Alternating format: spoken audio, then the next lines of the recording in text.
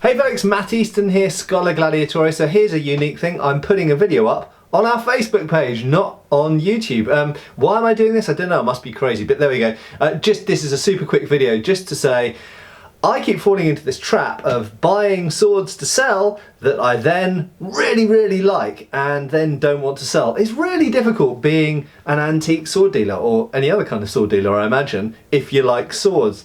So my advice to you is, if you love swords, probably don't become a sword dealer.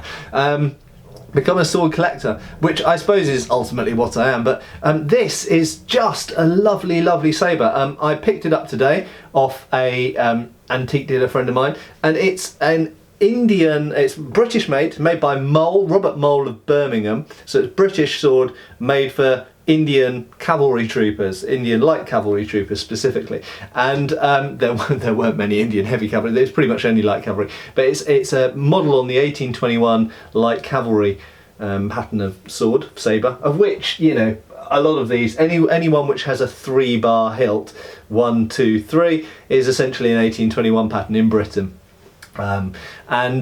It's just a lovely thing. It's got a decent curve to it, a decent breadth to it. It's got a really nice feeling in the hand. A relatively short grip, which I prefer for a slashing, chopping sword. If you look at throughout history, many chopping swords do have short grips, and it is wickedly sharpened. It is.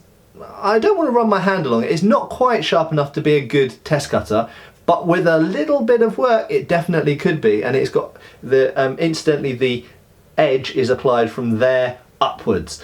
It is not sharpened at all on the false edge. You'll notice it's an asymmetrical point, which is better for cutting, not a symmetrical spear point, which is better for thrusting.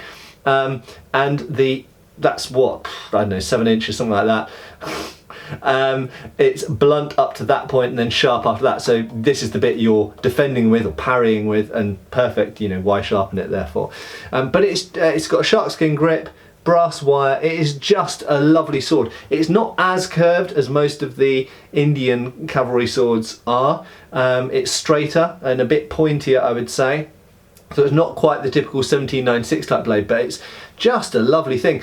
Really, British cavalry should have been given this, because this is better sword than most British cavalry had at the time, and it probably dates to about 1890, 1900, something like that.